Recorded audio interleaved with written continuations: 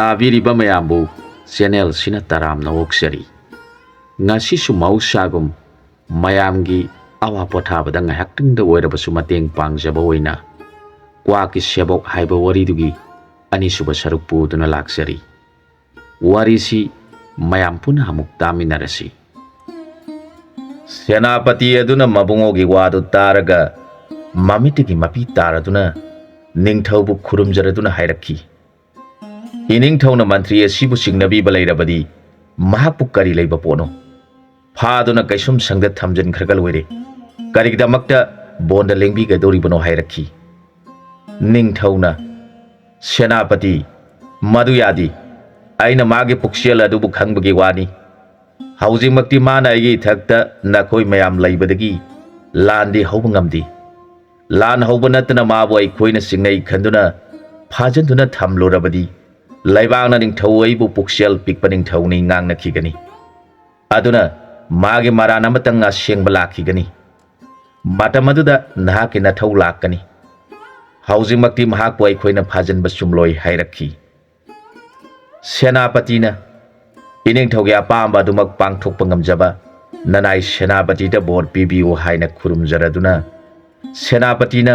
ꯃꯄꯨꯛꯆꯦꯜ ꯆꯨꯝꯕ ꯃꯄꯨ ꯅꯤꯡꯖꯕ ꯁꯤꯐꯥꯏ ꯂꯥꯟꯃꯤ ꯈꯔ ꯈꯟꯒꯠꯇꯨꯅ ꯕꯣꯟ ꯑꯗꯨ ꯇꯝꯅ ꯄꯨꯔꯗꯨꯅ ꯅꯤꯡꯊꯧ ꯃꯍꯥꯔꯥꯅꯤ ꯂꯩꯅꯕ ꯅꯤꯡꯊꯤꯕ ꯁꯪ, ꯂꯥꯏ ꯅꯤꯡꯅꯕ ꯁꯪ ꯇꯣꯉꯥꯟꯅ ꯁꯥꯔꯗꯨꯅ ꯅꯤꯡꯊꯧꯅ ꯍꯥꯏꯈꯤꯕ ꯐꯤꯔꯣꯟ ꯊꯣꯡ ꯊꯥꯛꯅꯕ ꯀꯣꯜꯂꯤꯛ ꯄꯨꯝꯅꯃꯛ ꯃꯐꯝ ꯑꯗꯨꯗ ꯂꯣꯟꯅ ꯄꯨꯗꯨꯅ ꯊꯝꯈꯤ꯫ ꯑꯗꯨꯒ ꯅꯣꯡꯃ ꯅꯤꯡꯊꯧꯅ ꯁꯚꯥ ꯇꯤꯜꯂꯤꯉꯩꯗ ꯁꯦꯅꯥꯄꯇꯤ ꯌꯦꯡꯂꯗꯨꯅ ꯍꯥꯏꯔꯛꯈꯤ, ꯑꯩꯒꯤ ꯅꯨꯡꯁꯤꯔꯕ ꯂꯥꯟꯃꯤꯒꯤ ꯁꯦꯅꯥꯄꯇꯤ ꯑꯣꯏꯔꯤꯕ ꯅꯍꯥꯛꯅ ꯏꯄꯨ ꯃꯟꯇ꯭ꯔꯤꯒ ꯂꯣꯏꯅꯅ ꯂꯩꯕꯥꯛ ꯑꯁꯤ ꯀꯥꯏꯗꯅꯕ ꯉꯥꯛꯂꯝꯃꯨ꯫ ꯃꯇꯝ ꯈꯔꯗꯪ ꯆꯍꯤ ꯈꯔꯗꯪ ꯕꯣꯟꯗ ꯂꯥꯏ ꯅꯤꯡꯂꯨꯈꯤꯒꯦ꯫ ꯑꯩꯅ ꯍꯜꯂꯛꯇ꯭ꯔꯤꯕ ꯐꯥꯎꯕ ꯏꯄꯨ ꯃꯟꯇ꯭ꯔꯤꯒ ꯂꯥꯟꯃꯤꯒꯤ ꯁꯦꯅꯥꯄꯇꯤ ꯑꯣꯏꯕꯤꯔꯤꯕ ꯅꯍꯥꯛꯀ ꯇꯥꯟꯅꯗꯨꯅ ꯂꯩꯕꯥꯛ ꯑꯁꯤ ꯉꯥꯛꯂꯝꯃꯨ ꯍꯥꯏꯅ ꯃꯤꯌꯥꯝ ꯁꯚꯥꯒꯤ ꯃꯃꯥꯡꯗ ꯐꯣꯡꯅ ꯁꯤꯟꯅꯔꯛꯈꯤ꯫ ꯃꯟꯇ꯭ꯔꯤ ꯑꯗꯨꯅ ꯈꯜꯂꯤ, ꯅꯤꯡꯊꯧ ꯑꯁꯤꯅ ꯂꯥꯟꯃꯤꯒꯤ ꯁꯦꯅꯥꯄꯇꯤ ꯑꯁꯤ ꯌꯥꯎꯅ ꯃꯥꯅ ꯀꯔꯤꯒꯤ ꯂꯩꯕꯥꯛ ꯑꯁꯤꯕꯨ ꯁꯤꯟꯅꯔꯤꯕꯅꯣ? ꯃꯟꯇ꯭ꯔꯤ ꯑꯣꯏꯔꯤꯕ ꯑꯩꯉꯣꯟꯗ ꯁꯤꯟꯅꯔꯒ ꯂꯣꯏꯔꯦ꯫ ꯅꯤꯡꯊꯧ ꯑꯁꯤꯅ ꯂꯥꯟꯃꯤꯁꯤꯡ ꯑꯁꯤꯅ ꯑꯩꯕꯨ ꯎꯁꯤꯠꯇꯅꯕꯅꯤ꯫ ꯐꯩ, ꯃꯍꯥꯛꯅ ꯂꯥꯏ ꯅꯤꯡꯕ ꯆꯠꯈ꯭ꯔꯤꯉꯩꯗ ꯑꯩꯅ ꯂꯥꯟꯃꯤꯁꯤꯡ ꯇꯥꯟꯅꯗꯨꯅ ꯅꯤꯡꯊꯧ ꯅꯝꯗꯨꯅ ꯑꯣꯏꯒꯦ ꯈꯟꯈ꯭ꯔꯦ꯫ ꯅꯣꯡꯉꯥꯜꯂꯕꯗ ꯅꯤꯡꯊꯧ ꯃꯍꯥꯔꯥꯅꯤ ꯑꯅꯤꯗꯨ ꯁꯦꯅꯥꯄꯇꯤꯅ ꯁꯤꯟꯗꯨꯅ ꯊꯝꯂꯤꯕ ꯂꯥꯟꯃꯤꯁꯤꯡ ꯑꯗꯨꯅ ꯗꯣꯂꯥꯏꯗ ꯇꯣꯡꯍꯟꯗꯨꯅ ꯃꯈꯣꯏꯅ ꯁꯦꯝ ꯁꯥꯗꯨꯅ ꯊꯝꯂꯤꯕ ꯕꯣꯟꯒꯤ ꯌꯨꯝ ꯑꯗꯨꯗ ꯄꯨꯔꯛꯇꯨꯅ ꯂꯩꯈꯤ꯫ ꯄꯨꯏꯅꯕꯇꯤ ꯀꯧꯕꯤ ꯃꯍꯥꯔꯥꯅꯤ ꯑꯗꯨꯅ ꯃꯕꯨꯡꯉꯣꯕꯨ ꯌꯥꯝꯅ ꯅꯤꯡꯊꯤꯅ ꯁꯦꯕꯥ ꯇꯧꯖꯔꯗꯨꯅ ꯅꯤꯡꯊꯧꯗꯨ ꯂꯥꯏ ꯅꯤꯡꯗꯨꯅ ꯂꯩꯈ꯭ꯔꯦ꯫ ꯃꯍꯥꯔꯥꯅꯤ ꯑꯁꯤꯅ ꯑꯣꯟꯊꯣꯛꯄ ꯂꯥꯏꯕꯛ ꯍꯥꯏꯕꯗꯨꯅꯤ꯫ ꯑꯩꯅ ꯑꯉꯥꯡ ꯑꯣꯏꯔꯤꯉꯩꯗꯒꯤ ꯏꯈꯣꯡ ꯅꯥꯝꯃ ꯁꯣꯏꯅꯥꯏꯗꯨꯅ ꯂꯩꯔꯛꯄꯗ ꯏꯄꯨꯛꯅꯤꯡꯁꯤ ꯅꯣꯡꯃꯇ ꯅꯨꯡꯉꯥꯏꯖꯕ ꯐꯪꯗꯅ ꯀꯞꯇꯨꯅ ꯂꯩꯖꯔꯛꯂꯕꯅꯤ꯫ ꯂꯥꯏꯒꯤ ꯅꯣꯡꯗꯝꯅ ꯏꯕꯨꯡꯉꯣ ꯑꯁꯤ ꯍꯦꯛ ꯎꯖꯕꯗ ꯑꯩꯒꯤ ꯁꯣꯏꯅꯥꯏꯔꯝꯕ ꯈꯣꯡ ꯑꯗꯨ ꯐꯔꯗꯨꯅ ꯏꯕꯨꯡꯉꯣꯗ ꯏꯄꯥ ꯅꯤꯡꯊꯧꯅ ꯗꯥꯟ ꯇꯧꯔꯗꯨꯅ ꯑꯩꯕꯨ ꯂꯨꯍꯣꯡꯕꯤꯔꯦ꯫ ꯃꯗꯨ ꯐꯥꯎꯕꯗꯤ ꯑꯩꯒꯤ ꯊꯃꯣꯏ ꯑꯁꯤ ꯅꯨꯡꯉꯥꯏꯕ ꯍꯥꯏꯕꯗꯨ ꯃꯁꯤ ꯑꯣꯏꯔꯕꯣꯏ ꯈꯟꯖꯈꯤ꯫ ꯑꯗꯨꯕꯨ ꯏꯄꯥꯅ ꯕꯣꯔꯒꯤ ꯌꯨꯝꯗ ꯊꯤꯜꯂꯛꯄꯗ ꯁꯌꯥꯕꯣꯟꯗ ꯔꯥꯖꯀꯨꯃꯥꯔꯤ ꯑꯃ ꯑꯩꯒ ꯁꯛꯆꯨ ꯆꯞ ꯃꯥꯟꯅꯅ ꯊꯣꯛꯂꯛꯇꯨꯅ ꯏꯕꯨꯡꯉꯣꯅ ꯀꯔꯝꯕꯅ ꯑꯁꯦꯡꯕꯅꯣ ꯈꯪꯗ꯭ꯔꯕꯗ ꯑꯩꯅ ꯂꯨꯍꯣꯡꯕ ꯑꯍꯤꯡ ꯑꯗꯨꯗ ꯏꯕꯨꯡꯉꯣꯅ ꯈꯨꯗꯣꯞ ꯑꯃ ꯑꯩꯒꯤ ꯈꯨꯅꯤꯡꯊꯧꯗ ꯃꯌꯥ ꯆꯪꯕ ꯉꯝꯗꯅꯕꯅꯤ ꯍꯥꯏꯗꯨꯅ ꯏꯕꯨꯡꯉꯣꯒꯤ ꯈꯨꯠꯇꯒꯤ ꯂꯧꯊꯣꯛꯂꯒ ꯑꯩꯒꯤ ꯈꯨꯠꯇ ꯁꯤꯖꯤꯟꯕꯤꯗꯨꯅ ꯅꯍꯥꯛ ꯃꯇꯝ ꯄꯨꯝꯅꯃꯛꯇ ꯃꯁꯤꯕꯨ ꯅꯈꯨꯠꯇꯒꯤ ꯂꯧꯊꯣꯛꯀꯅꯨ ꯇꯥꯛꯄꯤꯕꯗꯨꯅ ꯑꯩꯅ ꯈꯨꯗꯣꯞ ꯑꯗꯨ ꯃꯨꯟꯅ ꯌꯦꯡꯖꯔꯒ ꯅꯨꯡꯁꯤꯖꯈ꯭ꯔꯕ ꯏꯄꯨꯔꯣꯏꯕꯅ ꯅꯨꯡꯁꯤꯅ ꯊꯣꯟꯕꯤꯕꯅꯤ ꯈꯟꯖꯗꯨꯅ ꯈꯨꯗꯣꯞ ꯑꯗꯨꯕꯨ ꯁꯤꯖꯤꯟꯖꯔꯒ ꯂꯥꯛꯈꯤꯕꯒꯤ ꯃꯄꯥꯟꯅ ꯑꯩꯕꯨꯗꯤ ꯁꯌꯥꯗꯨꯅ ꯁꯣꯛꯄ ꯉꯝꯗꯗꯨꯅ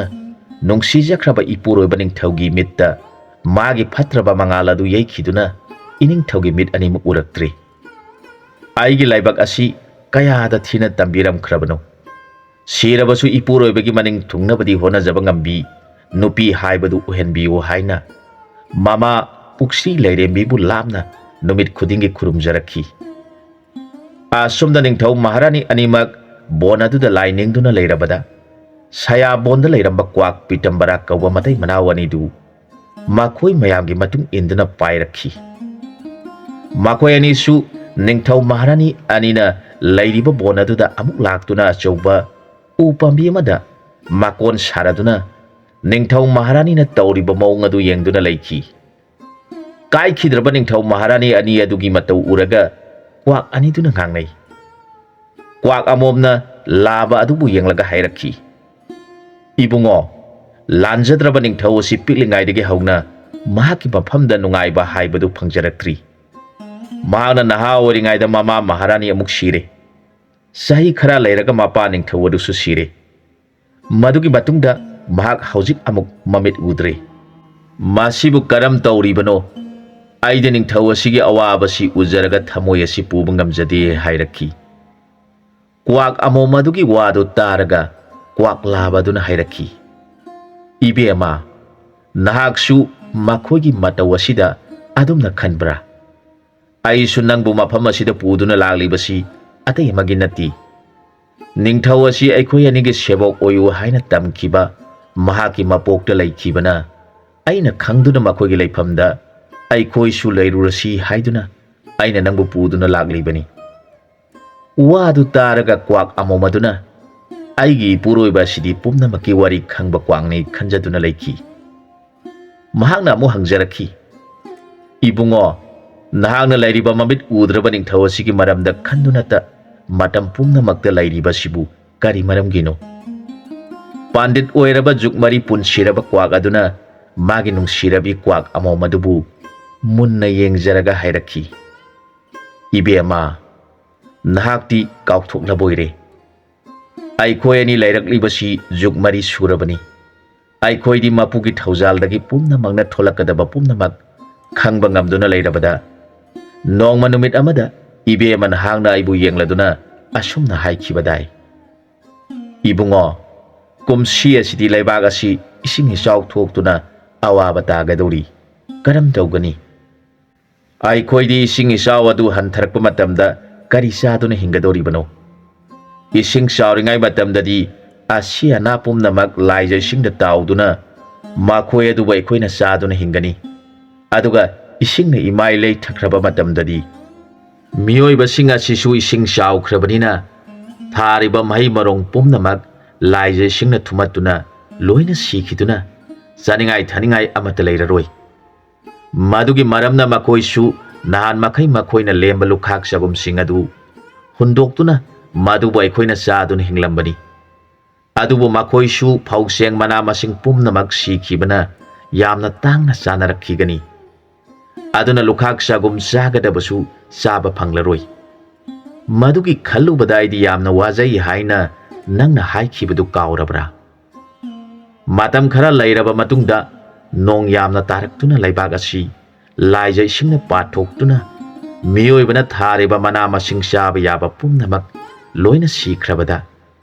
aikhoi Kwak haiba jat asidi thoina waramdi aikhoina sa san ngana singba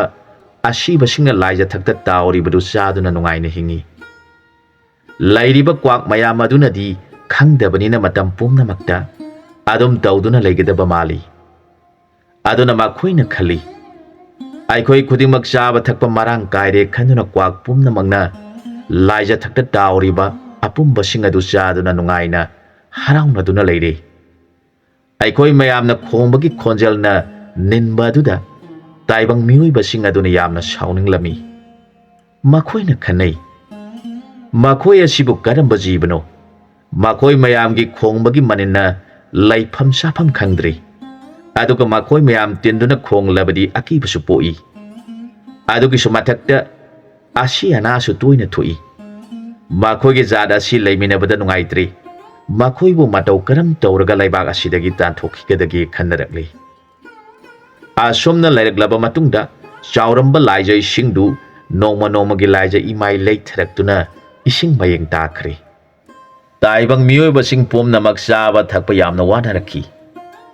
Kwak kauba aikhoi su chaba phangdabadagi awaba haibadu oire aikhoi mayamna taibang miyoibagi lukhak sagum chanabagi damak mi singi yum manakta khongduna lumduna leikhi aikhoi khongba khonjel adu taraga taibang miyoiba singna taningdre makhoi yamna sauningle makhoi mayamna khanarakle matau karam tawraga Kwak sing asi tangadagi matam adudadi ꯑꯩꯈꯣꯏ ꯑꯅꯤ ꯂꯩꯕꯥꯛ ꯑꯗꯨꯗ ꯄꯥꯟꯈꯤꯕ ꯅꯤꯡꯊꯧ ꯑꯗꯨꯒꯤ ꯀꯣꯅꯨꯡꯒꯤ ꯃꯅꯥꯛꯇ ꯍꯧꯔꯤꯕ ꯎ ꯄꯥꯝꯕꯤ ꯑꯃꯗ ꯇꯣꯡꯗꯨꯅ ꯀꯣꯅꯨꯡꯒꯤ ꯃꯤꯁꯤꯡꯅ ꯆꯥꯔꯤꯕ ꯊꯛꯂꯤꯕ ꯂꯨꯈꯥꯛ ꯆꯒꯨꯝ ꯑꯔꯦꯝ ꯑꯄꯥꯁꯤꯡ ꯑꯗꯨꯕꯨ ꯑꯩꯈꯣꯏ ꯑꯅꯤꯅ ꯆꯥꯗꯨꯅ ꯂꯩꯈꯤꯕ ꯅꯠꯇ꯭ꯔꯥ? ꯑꯩꯈꯣꯏ ꯑꯅꯤꯅ ꯆꯥꯔꯤꯕ ꯑꯗꯨ ꯍꯧꯖꯤꯛ ꯅꯤꯡꯊꯧ ꯃꯃꯤꯠ ꯎꯗ꯭ꯔꯕ ꯑꯁꯤꯅ ꯑꯉꯥꯡ ꯑꯣꯏꯔꯤꯉꯩꯒꯤ ꯃꯇꯝꯅꯤ꯫ ꯃꯍꯥꯛꯅ ꯑꯩꯈꯣꯏꯅ ꯆꯥꯔꯤꯕꯗꯨ ꯎꯔꯒ ꯅꯨꯡꯁꯤꯅ ꯍꯥꯏꯔꯛꯈꯤ,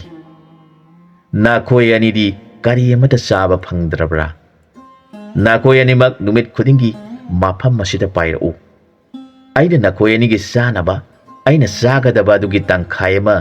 ꯅꯈꯣꯏꯒꯤ ꯁꯔꯨꯛ ꯄꯤꯒꯅꯤ" ꯍꯥꯏꯔꯗꯨꯅ ꯅꯨꯃꯤꯠ ꯈꯨꯗꯤꯡꯒꯤ ꯃꯍꯥꯛꯅ ꯆꯥꯒꯗꯕ ꯁꯔꯨꯛ ꯑꯗꯨꯗꯒꯤ ꯇꯪꯈꯥꯏ ꯑꯃ ꯈꯥꯏꯗꯣꯛꯇꯨꯅ ꯑꯩꯈꯣꯏ ꯑꯅꯤ ꯄꯤꯖꯈꯤꯕ ꯑꯉꯥꯡ ꯑꯗꯨꯅꯤ꯫ ꯑꯩꯈꯣꯏꯅ ꯋꯥꯔꯕ ꯃꯇꯝꯗ ꯃꯍꯥꯛꯅ ꯆꯥꯒꯗꯕ ꯑꯗꯨꯒꯤ ꯇꯪꯈꯥꯏ ꯑꯃ ꯄꯤꯖꯈꯤꯕ ꯅꯤꯄꯥ ꯑꯁꯤꯕꯨ ꯅꯪꯅ ꯀꯔꯤꯒꯤ ꯀꯥꯎꯔꯤꯕꯅꯣ ꯍꯥꯏꯔꯛꯈꯤ꯫ ꯑꯗꯨꯒꯤ ꯇꯨꯡꯗ ꯇꯥꯏꯕꯪ ꯃꯤꯑꯣꯏꯕꯁꯤꯡ ꯑꯗꯨꯅ ꯀ꯭ꯋꯥꯛ ꯃꯌꯥꯝ ꯑꯗꯨꯕꯨ ꯁꯥꯎꯔꯗꯨꯅ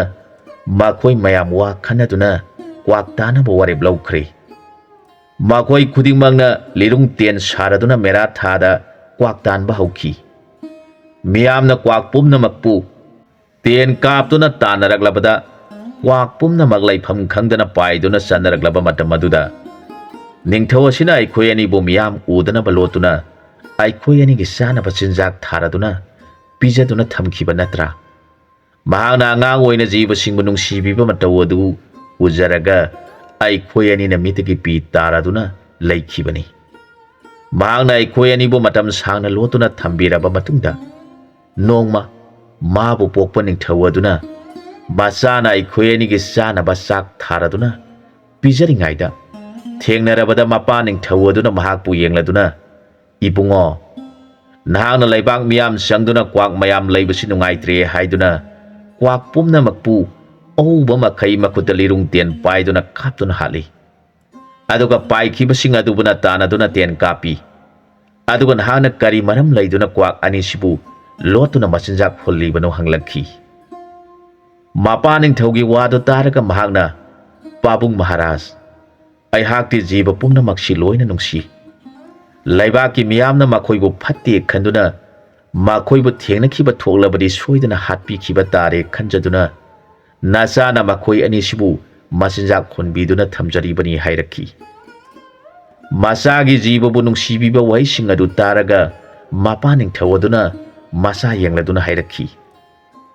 "ꯏꯆꯥꯅ ꯖꯤꯕꯁꯤꯡꯕꯨ ꯅꯨꯡꯁꯤꯕꯤꯕ ꯋꯥꯍꯩ ꯑꯗꯨ ꯇꯥꯔꯒ ꯏꯄꯥꯒꯤ ꯊꯃꯣꯏ ꯑꯁꯤ ꯄꯦꯜꯂꯤ꯫ ꯑꯗꯨꯝ ꯑꯣꯏꯅꯃꯛ ꯄ꯭ꯔꯖꯥ ꯃꯤꯌꯥꯝꯅ ꯐꯠꯇꯦ ꯍꯥꯏꯔꯕꯅꯤꯅ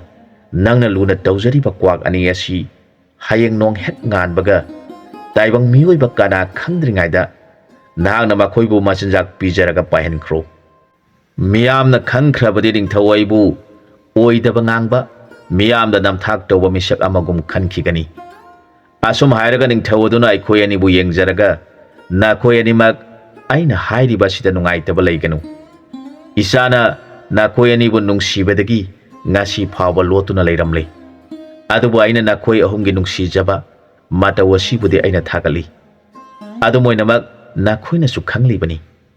ꯂꯩꯕꯥꯛ ꯑꯁꯤꯒꯤ ꯄ꯭ꯔꯖꯥꯁꯤꯡ ꯄꯨꯝꯅꯃꯛꯅ ꯅꯈꯣꯏ ꯃꯌꯥꯝ ꯂꯩꯗꯨꯅ ꯈꯣꯡꯕ ꯂꯥꯎꯕ ꯇꯧꯕ ꯑꯗꯨꯗ ꯂꯩꯕꯥꯛ ꯑꯁꯤ ꯑꯋꯥꯕ ꯇꯥꯔꯤꯕꯅꯤ ꯈꯟꯅꯗꯨꯅ ꯂꯩꯕꯥꯛ ꯑꯁꯤꯗ ꯀ꯭ꯋꯥꯛ ꯑꯃꯠꯇ ꯊꯝꯂꯒꯨꯝꯁꯤ ꯈꯟꯅꯗꯨꯅ ꯀ꯭ꯋꯥꯛ ꯇꯥꯟꯕ ꯍꯥꯏꯕ ꯊꯧꯔꯝ ꯑꯃ ꯄꯥꯡꯊꯣꯛꯇꯨꯅ ꯅꯈꯣꯏꯕꯨ ꯎꯕꯗ ꯇꯦꯟꯅ ꯀꯥꯞꯇꯨꯅ ꯍꯥꯠꯂꯤꯕꯅꯤ꯫ ꯅꯈꯣꯏꯁꯨ ꯈꯪꯂꯤꯕꯗꯨꯅꯤ꯫ ꯑꯗꯨꯅ ꯑꯩꯅ ꯅꯈꯣꯏ ꯑꯅꯤꯒꯤ ꯑꯋꯥꯕ ꯇꯥꯍꯟꯅꯤꯡꯗꯗꯨꯅ ꯍꯥꯏꯔꯤꯕꯅꯤ꯫ ꯋꯥꯔꯧꯕ ꯇꯧꯔꯒꯅꯨ" ꯍꯥꯏꯔꯛꯈꯤ꯫ ꯃꯄꯥ ꯅꯤꯡꯊꯧ ꯑꯗꯨꯒꯤ ꯋꯥꯗꯨ ꯇꯥꯔꯒ ꯀ꯭ꯋꯥꯛ ꯑꯣꯏꯔꯕ ꯑꯩꯈꯣꯏ ꯑꯅꯤꯅ ꯅꯤꯡꯊꯧ ꯃꯄꯥ ꯃꯆꯥꯕꯨ ꯌꯦꯡꯖꯔꯒ ꯏꯃꯤꯠꯇꯒꯤ ꯏꯄꯤ ꯇꯥꯔꯗꯨꯅ ꯑꯉꯥꯡ ꯑꯣꯏꯔꯤꯕ ꯖꯨꯕ꯭ꯔꯥꯖꯄꯨ ꯃꯨꯟꯅ ꯌꯦꯡꯂꯗꯨꯅ ꯂꯩꯈꯤ꯫ ꯃꯍꯥꯛꯅ ꯑꯩꯈꯣꯏ ꯑꯅꯤꯕꯨ ꯅꯨꯡꯁꯤꯅ ꯌꯦꯡꯖꯔꯒ, "ꯅꯈꯣꯏ ꯑꯅꯤꯗꯤ ꯍꯌꯦꯡꯒꯤ ꯅꯨꯃꯤꯠꯇ ꯄꯥꯏꯗꯨꯅ ꯆꯠꯈ꯭ꯔꯒꯅꯤ꯫ ꯑꯩꯗꯤ ꯅꯨꯡꯉꯥꯏꯇꯅ ꯂꯩꯍꯧꯔꯒꯅꯤ꯫ ꯅꯈꯣꯏ ꯑꯅꯤꯅ ꯑꯩꯕꯨ ꯋꯥꯔꯧꯕ ꯇꯧꯔꯒꯅꯨ꯫ ꯃꯁꯤꯗꯤ ꯂꯩꯕꯥꯛꯀꯤ ꯋꯥꯔꯦꯞ ꯑꯣꯏꯕꯅ ꯏꯄꯥ ꯅꯤꯡꯊꯧꯅ ꯃꯤꯌꯥꯝꯒꯤ ꯃꯥꯌꯣꯛꯇ ꯂꯩꯕ ꯌꯥꯗꯕꯅ ꯇꯧꯕꯅꯤ" ꯍꯥꯏꯔꯒ ꯃꯍꯥꯛꯅ ꯆꯤꯡꯈꯩ ꯍꯨꯜꯂꯛꯄ ꯃꯇꯝꯗ ꯑꯩꯈꯣꯏ ꯑꯅꯤꯒꯤ ꯆꯥꯅꯕ ꯆꯤꯟꯖꯥꯛ ꯍꯨꯟꯕꯤꯔꯒ ꯃꯗꯨꯕꯨ ꯑꯩꯈꯣꯏ ꯑꯅꯤꯅ ꯆꯥꯔꯕ ꯃꯇꯨꯡꯗ ꯑꯉꯥꯡ ꯑꯣꯏꯔꯤꯕ ꯃꯍꯥꯛꯅ ꯀꯣꯅꯨꯡꯒꯤ ꯊꯣꯡ ꯍꯥꯡꯗꯣꯛꯇꯨꯅ ꯑꯩꯈꯣꯏ ꯑꯅꯤꯕꯨ ꯄꯥꯏꯈ꯭ꯔꯣ ꯍꯥꯏꯅ ꯊꯥꯗꯣꯛꯄꯤꯔꯛꯈꯤꯕ ꯅꯤꯡꯊꯧ ꯃꯆꯥ ꯑꯗꯨꯕꯨ ꯏꯕꯦꯝꯃ ꯅꯍꯥꯛꯅ ꯀꯔꯤꯒꯤ ꯀꯥꯎꯔꯤꯕꯅꯣ? ताइबंग मियोइबसिंगना सा उसेकी मपोक्ति तोली हाइरिबसी नंगना उसेकी मपोक्ता पोलुदुना अइखोइगी मरुप ओइरक्लाबा निंगथौ असिबु काउथोक्लिबनी हाइरखी क्वाक लाबगी वादो तारगा क्वाक अमोमदुना कपलगली हाउखिबा पुमनमक निंगसिंगलक्तुना क्वाक अदुना कपना कपना क्वाक लाबा येंगलदुना हाइरखी ननाई नुपीदी महाग असि मतम अदुदा अइखोइबु लुना तौबिरक्पा अइखोइगी थवाइबु हिंगनबिरक्पा राजकुमारनी हाइबदी ननाई नुपीदी खंजरुद्रे ओनथोंगना नुंसीख्रबनिदा महागना अइखोइबु सीख्रगनी खनबिदुना लोतुना चिंजाक पिजबिदुना हिंगलखिबा अइखोइ अनिनी हाउजिकती मतौ करमना अइखोइना मागी मतेंग पांगदुना महाकी ममिट्टा मंगालदुना यैदुना ममिट उद्रिबासी फनगदगी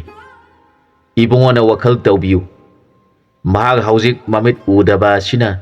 निंगथौ ओइनिंगतदुना मिसियन अमगुम बोन असिदा लाइनिंगदुना लैरिबनी महारानी असिना नोमता ममिटगी मपी कंगदना लैरिबा पुमनमक्सी उरुरगा ननाई नुपीगी थमोय असि कायरे इबुंगोना करी उपाय तौदुना निंगथौ असिगी उपाय तौगदगी हाइबदु खनबियु हाइजरखी जुग मरी पुनसिरबा क्वाक लाबादुना क्वाक अमोम येंगलदुना इबेमा अइसु मदुगी वखलना अहिंग नुंथिल अनिमक्ता तुम्बा चाबा संगद्रिबनी हाउजिंग निंगथौ असिगी दशा कोकदबसी सही खरा वाली हाउजिंग मागी लैबाक अदुदा पालिबा मंत्री अदुना लैबा अदुगी निंगथौ ओइनबा तौरखिगनी मदुदा निंगथौ असिबु नुंसीबा लानमिसिंग अमदी प्रजा तंखाई अमगा लोइनना मंत्री अदुगी मायोक्ता लान थेंगनगनी अकनबा लानफम अमा ओइगदोरिबनी लैबाग अदुगी सेनापतिना निंगथौ असिगिदमक्ता अकनबा लान थेंगनरखिगनी लानफम अदुदा लानमिसिंगना मंत्री अदुबु फारगा निंगथौगी मफमदा पुरकनबा होनरखिगनी मतम अदुदा निंगथौगी दशा कोकनबगी मतम ओइरक्लगनी आइना हाइरिबो वफम असि कुइदना सही अमा अनिगी मनुंगदा थोलगदबा वफमनी हौजिक महारानी असी गर्भदा अंगांग याउख्रे अंगांग असी हेक पोकपगा अंगांगी इपा नुमित्ता निंगथौदा आइना वारम पुमनमक ताक्तुना थबा अदु पांगथोहनगदौरिबनी हाइरखी क्वाक अमोम अदुना खली इबुंगोगी वाफम असिदी यामना लुबा वाफमनी दोस असी कोकसनबा हौजिमक होनरबसु कोकपा ngamloidaba मागी मतम अदु ngaigedoriba हाइरिबा वाफम असिनदी संसार लैरिबा अइखोइ पुमनमक्सी ग्रहगी खोंगसत मतुंगिना चटपा तारे लुख्रेदा मापू मागी लीलासी मापू माना हाना सेमदोक्तुना थमखिबा ओइबा तारे खनखी माबुंगोबु मुन्ना येंगजरगा क्वाक अमोमदुना खली अइगी इपुरोइबा असि अइनदी क्वाकनी अइगुमना करिसु खंगलमलोइ हाइना लैथोक्लुबनी अदुबु महाक्ति अथोइबा ईश्वरगे खोंगसत खंगबा ngamba भक्त अमा ओइरमले पांगलबी क्वाक अमोमैसे महाकपु इपुरोइबा ओइना फंगजदुना मागे सेवा तौजरिबसी कयागी मतिक लैबक फरिबनो असुम हाइना खंजरगा ममितगी मपी तारखी आसुमना लैरकपा मतम असिदा निंगथौ सरबन कौबा असिगी वखल असि नोंमता नुंगाइफम खंगदना लैखी महांगना खली अइहाक असिबु नहानमुकी मपोक्ता कयामुक फत्तबा दोष ओइबा थबक तौरुदुना हंदकी मपोक असिदा अवाबा पुमनमक थेंगनहलिबनो खंदुना सेंबीबा मपुबु निंगजरगा नुमित खुदिंगी कपसरी मागी लैबाक्तना मंत्री अदुना निंगथौ असिना बोंदा लाइनिंगलिबा मफम अदु करंबा बोंदा निंगलिबनो थिगतपा हौरगले महांगना लैबाकी थबक पुमनमक पाइसिनखिबना कनामतना हाइजबा ngamdana लैखी मतम असिदा नोंमदी मंत्री अदुना लानमीगी सेनापति दुबु येंगलदुना हाइरखी सेनापति नाग इनिंगथौना लाइन निंगलिबा मफम असि खंगब्रा नंगना खंगलबदी अइंगोना सेंगना ताउ अइहाक इनिंगथौबु उननिंगी मंत्रीगी वादु तारगा सेनापतिना इपु मंत्री आइदि इनिंगथौना लाइन निंगबा चटखिबदा थेंगना जहौद्रे अदुगा निंगथौ अदुना हाना हाइबिरंबा वाफम अमदि लै आसुमना नोंमा अइंगोना ताकपिरमी सेनापति अइहाक मतम खरादंग बोंदा लाइन निंगलुरगे नाकोई ख्वाइ पुमनमंगना लैबाग असिबु सेक्शन ना ngaklamo ꯑꯩꯅ ꯏꯁꯣꯔꯒꯤ ꯊꯧꯖꯥꯜ ꯐꯪꯂꯕ ꯃꯇꯨꯡꯗ ꯑꯩꯍꯥꯛ ꯑꯃꯨꯛ ꯍꯟꯅ ꯂꯥꯛꯇꯨꯅ ꯅꯈꯣꯏ ꯄꯨꯝꯅꯃꯛꯀ ꯂꯣꯏꯅꯅ ꯂꯩꯕꯥꯛ ꯑꯁꯤ ꯉꯥꯛꯃꯤꯟꯅꯁꯤ ꯇꯥꯛꯄꯤꯔꯝꯕ ꯃꯗꯨ ꯅꯠꯇꯅ ꯀꯔꯤ ꯑꯃꯠꯇ ꯑꯩꯗꯤ ꯈꯪꯕ ꯂꯩꯇꯦ ꯅꯤꯡꯊꯧ ꯑꯗꯨ ꯀꯅꯥ ꯈꯪꯍꯟꯗꯅ ꯀꯣꯅꯨꯡ ꯊꯥꯗꯣꯛꯇꯨꯅ ꯂꯥꯏ ꯅꯤꯡꯕꯅꯤ ꯍꯥꯏꯗꯨꯅ ꯆꯠꯈꯤꯕꯅꯤ ꯃꯥꯅ ꯆꯠꯄꯗ ꯃꯍꯥꯔꯥꯅꯤ ꯏꯕꯦꯝꯃꯁꯨ ꯌꯥꯎꯈꯤꯕ ꯃꯥꯜꯂꯤ ꯍꯥꯏꯔꯛꯈꯤ ꯁꯦꯅꯥꯄꯇꯤꯒꯤ ꯋꯥꯐꯝꯗꯨ ꯃꯟꯇ꯭ꯔꯤꯒꯤ ꯄꯨꯛꯅꯤꯡꯗ ꯑꯄꯦꯟꯕ ꯑꯣꯏꯗꯦ ꯃꯍꯥꯛꯅ ꯈꯜꯂꯤ ꯁꯦꯅꯥꯄꯇꯤ ꯑꯁꯤ ꯅꯤꯡꯊꯧꯒꯤ ꯑꯁꯥꯟꯕ ꯃꯅꯥꯏꯅꯤ ꯃꯍꯥꯛꯅ ꯑꯁꯦꯡꯕ ꯑꯃꯠꯇ ꯍꯥꯏꯗꯣꯛꯂꯣꯏ ꯐꯔꯦ ꯃꯥꯅ ꯉꯝꯂꯒ ꯂꯣꯠꯂꯁꯤꯅꯨ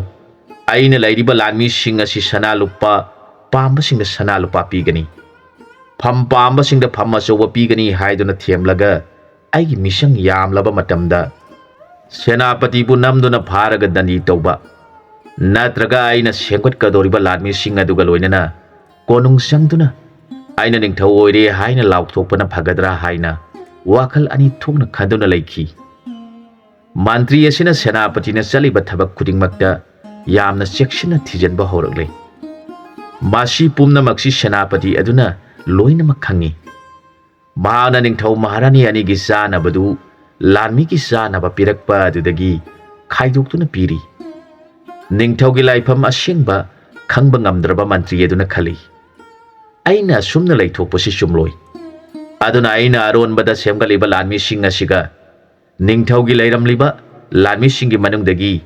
ꯑꯩꯅ ꯁꯅꯥ ꯂꯨꯄꯥ ꯄꯤꯒꯅꯤ ꯍꯥꯏꯕꯗ ꯌꯥꯔꯤꯕ ꯑꯃꯗꯤ ꯑꯆꯧꯕ ꯐꯝ ꯄꯤꯒꯅꯤ ꯍꯥꯏꯕꯗ ꯌꯥꯔꯤꯕ ꯂꯥꯟꯃꯤꯁꯤꯡ ꯑꯁꯤꯒ ꯄꯨꯟꯁꯤꯟꯗꯨꯅ ꯑꯩꯍꯥꯛ ꯀꯣꯅꯨꯡ ꯍꯦꯛꯇ ꯆꯪꯗꯨꯅ ꯅꯤꯡꯊꯧ ꯑꯣꯏꯔꯦ ꯍꯥꯏꯅ ꯂꯥꯎꯊꯣꯛꯄꯅ ꯐꯔꯒꯅꯤ ꯈꯟꯗꯨꯅ ꯃꯥꯅ ꯃꯥꯒꯤ ꯂꯥꯟꯃꯤꯁꯤꯡ ꯄꯨꯝꯅꯃꯛꯇ ꯄꯨꯟꯅ ꯀꯣꯅꯨꯡ ꯆꯪꯂꯁꯤ ꯍꯥꯏꯗꯨꯅ ꯂꯥꯟꯃꯤꯁꯤꯡꯒ ꯂꯣꯏꯅꯅ ꯀꯣꯅꯨꯡ ꯆꯪꯗꯨꯅ ꯃꯍꯥꯛꯅ ꯅꯤꯡꯊꯧ ꯑꯣꯏꯔꯦ ꯍꯥꯏꯅ ꯂꯥꯎꯊꯣꯛꯂꯦ ꯃꯗꯨꯗ ꯁꯦꯅꯥꯄꯇꯤ ꯑꯗꯨꯅ ꯃꯥꯅ ꯍꯥꯟꯅ ꯂꯥꯟꯃꯤꯁꯤꯡꯗ ꯃꯟꯇ꯭ꯔꯤ ꯑꯗꯨꯅ ꯇꯧꯔꯛꯀꯗꯕ ꯊꯕꯛꯁꯤꯡ ꯑꯗꯨ ꯍꯥꯏꯗꯨꯅ ꯈꯪꯍꯟꯈꯤꯕꯅ ꯂꯥꯟꯃꯤ ꯄꯨꯝꯅꯃꯛ ꯁꯦꯅꯥꯄꯇꯤꯒꯤ ꯃꯤꯆꯪꯗ ꯂꯩꯈꯤ ꯁꯦꯅꯥꯄꯇꯤꯅ ꯈꯪꯍꯟꯕ ꯌꯥꯗꯕ ꯃꯟꯇ꯭ꯔꯤ ꯑꯗꯨꯒꯤ ꯃꯤꯑꯣꯏꯕ ꯈꯔ ꯑꯗꯨꯗꯤ ꯃꯟꯇ꯭ꯔꯤꯒꯤ ꯌꯥꯊꯪ ꯏꯟꯗꯨꯅ ꯀꯣꯅꯨꯡ ꯆꯪꯕ ꯌꯥꯎꯈ꯭ꯔꯦ ꯃꯗꯨ ꯎꯕꯗ ꯁꯦꯅꯥꯄꯇꯤ ꯌꯥꯝꯅ ꯁꯥꯎꯈꯤꯗꯨꯅ ꯂꯥꯟꯃꯤ ꯄꯨꯝꯅꯃꯛꯇ ꯑꯁꯨꯝꯅ ꯌꯥꯊꯪ ꯄꯤꯔꯛꯈꯤ ꯑꯩꯈꯣꯏ ꯄꯨꯝꯅꯃꯛ ꯂꯩꯕꯥꯛ ꯑꯁꯤꯗ ꯄꯥꯜꯂꯝꯕ ꯃꯍꯥꯔꯥꯖ ꯑꯗꯨꯒꯤ ꯃꯆꯦꯡ ꯆꯥꯗꯨꯅ ꯂꯩꯕꯅꯤ ꯃꯍꯥꯛꯅ ꯕꯣꯟꯗ ꯃꯇꯝ ꯈꯔꯗꯪ ꯂꯥꯏ ꯅꯤꯡꯕ ꯆꯠꯈ꯭ꯔꯤꯉꯩꯗ ꯐꯠꯇ꯭ꯔꯕ ꯃꯟꯇ꯭ꯔꯤ ꯑꯁꯤꯅ ꯂꯥꯟꯃꯤ ꯁꯦꯝꯗꯨꯅ ꯃꯍꯥꯛꯅ ꯅꯤꯡꯊꯧ ꯑꯣꯏꯔꯦ ꯍꯥꯏꯅ ꯂꯥꯎꯊꯣꯛꯇꯨꯅ ꯀꯣꯅꯨꯡ ꯆꯪꯈ꯭ꯔꯦ ꯑꯩꯈꯣꯏ ꯄꯨꯝꯅꯃꯛꯅ ꯏꯅꯤꯡꯊꯧꯅ ꯁꯤꯟꯅꯔꯝꯕ ꯂꯩꯕꯥꯛ ꯑꯁꯤ ꯅꯈꯣꯏꯅ ꯉꯥꯛꯂꯝꯃꯨ ꯑꯩꯍꯥꯛ ꯃꯇꯝ ꯈꯔꯗꯪ ꯂꯥꯏ ꯅꯤꯡꯂꯨꯈꯤꯒꯦ ꯍꯥꯏꯔꯝꯕꯗꯨ ꯑꯩꯈꯣꯏꯅ ꯃꯟꯇ꯭ꯔꯤ ꯑꯁꯤꯅ ꯉꯝꯍꯟꯗꯨꯅ ꯅꯤꯡꯊꯧ ꯑꯣꯏꯍꯟꯈꯤꯕ ꯊꯣꯛꯂꯕꯗꯤ ꯂꯩꯕꯥꯛ ꯃꯥꯡꯍꯧꯕ ꯇꯥꯔꯦ ꯃꯍꯥꯛꯅ ꯃꯟꯇ꯭ꯔꯤꯅꯤ ꯍꯥꯏꯗꯨꯅ ꯅꯤꯡꯊꯧꯗ ꯀꯥꯔꯛꯄ ꯂꯟ ꯄꯨꯝꯅꯃꯛꯁꯨ ꯃꯥꯅ ꯂꯣꯏꯅ ꯃꯉꯣꯟꯗ ꯀꯥꯍꯟꯗꯨꯅ ꯀꯣꯅꯨꯡꯗ ꯀꯥꯍꯟꯈꯤꯗ꯭ꯔꯦ ꯑꯩꯈꯣꯏꯒꯤ ꯆꯥꯅ ꯊꯛꯅꯕꯁꯨ ꯅꯤꯡꯊꯤꯅ ꯄꯤꯔꯛꯄ ꯂꯩꯈꯤꯗ꯭ꯔꯦ ꯄꯨꯝꯅꯃꯛ ꯃꯥꯅ ꯂꯣꯏꯅ ꯄꯥꯏꯁꯤꯟꯈ꯭ꯔꯦ ꯃꯁꯤꯕꯨ ꯑꯁꯨꯝ ꯌꯦꯡꯗꯨꯅ ꯂꯩꯊꯣꯛꯄ ꯇꯥꯔꯕꯗꯤ ꯏꯅꯤꯡꯊꯧ ꯑꯗꯨꯅ ꯑꯩꯈꯣꯏꯕꯨ ꯊꯥꯖꯅ ꯊꯝꯕꯤꯔꯝꯕ ꯑꯗꯨꯒꯤ ꯃꯍꯩ ꯃꯥꯡꯕ ꯇꯥꯔꯦ ꯑꯗꯨꯅ ꯅꯈꯣꯏ ꯈꯨꯗꯤꯡꯃꯛ ꯁꯤꯕ ꯀꯤꯗꯅ ꯃꯟꯇ꯭ꯔꯤ ꯑꯁꯤꯕꯨ ꯐꯥꯗ꯭ꯔꯤꯕ ꯐꯥꯎꯕ ꯂꯥꯟ ꯑꯁꯤ ꯁꯣꯛꯅꯒꯗꯕꯅꯤ ꯅꯠꯇ꯭ꯔꯕꯗꯤ ꯑꯩꯈꯣꯏ ꯄꯨꯝꯅꯃꯛ ꯀꯣꯅꯨꯡꯗꯒꯤ ꯆꯥꯅꯕ ꯀꯔꯤ ꯑꯃꯠꯇ ꯐꯪꯂꯔꯣꯏ ꯍꯥꯏꯔꯛꯈꯤ ꯂꯥꯟꯃꯤꯒꯤ ꯁꯦꯅꯥꯄꯇꯤ ꯑꯗꯨꯅ ꯍꯥꯏꯔꯛꯂꯤꯕ ꯋꯥꯗꯨ ꯇꯥꯔꯒ ꯂꯥꯟꯃꯤ ꯄꯨꯝꯅꯃꯛꯅ ꯃꯟꯇ꯭ꯔꯤꯗꯨ ꯌꯥꯝꯅ ꯁꯥꯎꯅꯈꯤ ꯃꯈꯣꯏꯅ ꯍꯥꯏꯅꯔꯛꯈꯤ ꯀꯌꯥꯗ ꯐꯠꯈꯤꯗ꯭ꯔꯕ ꯃꯟꯇ꯭ꯔꯤꯅꯣ ꯃꯥꯕꯨ ꯁꯦꯝꯕꯤꯔꯛꯄ ꯃꯄꯨ ꯃꯁꯛ ꯈꯪꯗꯕ ꯃꯤꯅꯤ ꯑꯗꯨꯅ ꯑꯩꯈꯣꯏ ꯁꯤꯕ ꯆꯪꯕ ꯀꯤꯗꯅ ꯃꯍꯥꯛꯄꯨ ꯐꯥꯕ ꯉꯝꯅꯕ ꯂꯥꯟ ꯑꯁꯤ ꯁꯣꯛꯅꯁꯤ ꯂꯥꯟ ꯁꯣꯛꯅꯕꯅ ꯑꯩꯈꯣꯏꯒꯤ ꯑꯁꯦꯡꯕ ꯙꯔꯃꯅꯤ ꯑꯩꯈꯣꯏ ꯅꯤꯡꯊꯧꯒꯤ ꯑꯃꯗꯤ ꯂꯩꯕꯥꯛ ꯑꯁꯤꯒꯤꯗꯃꯛ ꯊꯋꯥꯏ ꯀꯠꯊꯣꯛꯆꯕ ꯉꯝꯂꯕꯗꯤ ꯑꯩꯈꯣꯏꯒꯤ ꯂꯥꯏꯕꯛ ꯐꯕ ꯍꯥꯏꯕꯗꯨ ꯑꯣꯏꯒꯗꯧꯔꯤꯕꯅꯤ ꯍꯥꯏꯅꯔꯛꯈꯤ ꯃꯈꯣꯏꯅ ꯍꯥꯏꯖꯔꯛꯈꯤ ꯂꯥꯟꯖꯤꯡ ꯄꯣꯔꯦꯟ ꯁꯦꯅꯥꯄꯇꯤ ꯏꯕꯨꯡꯉꯣ ꯄꯟꯊꯕ ꯇꯧꯗꯅ ꯍꯧꯖꯤꯛꯃꯛ ꯂꯥꯟ ꯆꯪꯂꯁꯤ ꯁꯦꯅꯥꯄꯇꯤꯅ ꯍꯥꯏꯔꯛꯈꯤ ꯑꯗꯨ ꯑꯣꯏꯔꯕꯗꯤ ꯅꯈꯣꯏ ꯂꯥꯟꯃꯤ ꯈꯔ ꯂꯩꯕꯥꯛ ꯑꯁꯤ ꯁꯤꯟꯕ ꯊꯨꯡꯅ ꯆꯠꯇꯨꯅ ꯂꯥꯟꯃꯤ ꯑꯩꯈꯣꯏꯒꯤ ꯆꯥꯅꯕ ꯄꯨꯝꯅꯃꯛ ꯈꯥꯏꯅꯗꯨꯅ ꯑꯩꯈꯣꯏꯒꯤ ꯂꯩꯐꯝ ꯑꯁꯤꯗ ꯄꯨꯔꯛꯀꯗꯕꯅꯤ ꯍꯥꯏꯅ ꯄꯥꯎ ꯄꯤꯔꯨꯁꯣ ꯑꯗꯨꯒ ꯑꯀꯟꯕ ꯅꯤꯄꯥꯁꯤꯡꯗꯤ ꯅꯤꯡꯊꯧꯒꯤ ꯃꯤꯆꯪꯗ ꯂꯦꯞꯇꯨꯅ ꯑꯩꯈꯣꯏꯒꯤ ꯏꯔꯛꯇ ꯌꯥꯎꯗꯨꯅ ꯃꯟꯇ꯭ꯔꯤ ꯑꯁꯤꯕꯨ ꯐꯥꯅꯕ ꯍꯣꯠꯅꯁꯤ ꯇꯝꯂꯝꯃꯨ ꯍꯥꯏꯗꯨꯅ ꯂꯥꯟꯃꯤ ꯈꯔ ꯂꯥꯟꯄꯥꯎ ꯆꯠꯍꯟꯈꯤ ꯂꯩꯍꯧꯔꯤꯕ ꯂꯥꯟꯃꯤꯁꯤꯡꯒ ꯂꯣꯏꯅꯅ ꯁꯦꯅꯥꯄꯇꯤ ꯃꯟꯇ꯭ꯔꯤꯒꯤ ꯃꯊꯛꯇ ꯂꯥꯟ ꯆꯪꯂꯛꯂꯤ ꯃꯗꯨꯗ ꯃꯟꯇ꯭ꯔꯤꯒꯤ ꯁꯦꯝ ꯁꯥꯗꯨꯅ ꯂꯩꯔꯤꯕ ꯂꯥꯟꯃꯤꯁꯤꯡ ꯑꯗꯨꯒ ꯑꯀꯟꯕ ꯂꯥꯟ ꯁꯣꯛꯅꯈ꯭ꯔꯦ ꯑꯉꯝ ꯑꯉꯝꯕ ꯌꯥꯅꯈ꯭ꯔꯦ ꯁꯦꯅꯥꯄꯇꯤꯒꯤ ꯍꯩꯁꯤꯡꯕꯅ mantri ki lanmi sing adu henjan ba ngamdri nakan animaki lanmi sing na lan adu henjan ba ngamnadaduna leiringaida laiba adu ki praja sing na mantri adu bu yamna saunglami akanba masa phabani pa khudingmak makuta khulai painaraduna phatraba mantri adu bu hatkadabani hainaduna senapati ki tengolda thomjilaktuna senapati ki lanmi masing hengale senapati na mantri asi konongdagi hendon bayadi mahak sian khibasu yai aduna lanmi punamakna aikhoi gi mi satpa lambi punamak thingduna thatuna thamgadabani hairakhi magi wadu targa lanmi singna laibak adugi konungya koibada lanmi sai thoktuna thatuna leikhi aduga senapati gi lanmi singna lan adu tawduna khara khara taksin bahurgle madu ubada mantri aduna atokpa lanmi thigadabusu senapati gi lanmi na koisinduna laikre karam tawgani khanduna laikhi mahakna khali aigi su lanmi si phane yambani adubu senapati gi makhada laiba lanmi gi masingsu aina khangduna magi lanmi dagi saruk ani thokna helanduna aina konung changlakpani adubu haujikti magi lanmi awat palaitriba sibu magti kadai dagi bu nek doribano aidi ki bu kiselakle khanki mana macha manai lanmi sing adu da somna hairakhi na koi pumdamak akiba laitana lan soknaduna ai khoina ngamdaba yadabani ai khoina ngamlabadi na koi khudimak sana lupa yamna phangadoribani madugi mathakta lan asida na thauna laina sokna khiba khudimak aina nafam chauna piduna achaubo uhengadoribani hairakhi mantri adugi wado taraga apangba lanmi sing aduna siba kidana lan soknari senapati gi lanmina arat palaitana praja sing thomjilaktuna mantri gi lanmi punamak halaglabada mantri asi kiraduna mahangna nupi hanubi amagi phijet chachile makutta chaichu ma pairaga mahak konungdagi satpa horakle